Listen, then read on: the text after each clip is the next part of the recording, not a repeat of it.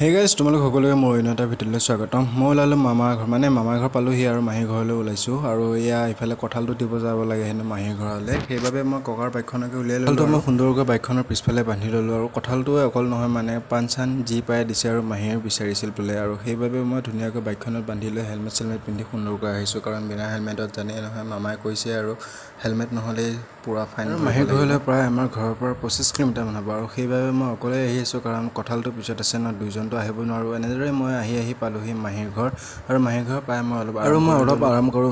মাহীয়ে মোক আনি দিলে পুৰি আৰু চাহ, আৰু সেইবাবে মই পুৰি চাহ খাই মাহীৰ লগত অলপ কথা পাতিলোঁ আৰু মাহীৰ লগত কথা পাতি থাকোঁতে গধূলি যে হ'ল মই গমেই নাপালোঁ। তাৰপাছতে মই মুখত তামোলখন ভৰাই মাহীক বাই বুলি কৈ একদম সুন্দৰকৈ ঘৰলৈ বুলি ৰাওনা হ'লোঁ। আৰু এয়া চাওকচোন এটা মনোমোহা দৃশ্য, বেলিটো মাৰ গৈছে আৰু এইফালে আকাশখন ৰঙা হৈ উঠিছে। এইটো ভিডিঅ'ত মাথো ইমানেই। যদিহে ভাল লাগিলে লাইক কমেণ্ট আৰু নতুনকৈ আহিলে মোৰ চেনেলটো ছাবস্ক্ৰাইব কৰি দিব। আজিলৈ ইমানেই, অন্য এটা ভিডিঅ'ত আকৌ লগ পাম। বাই।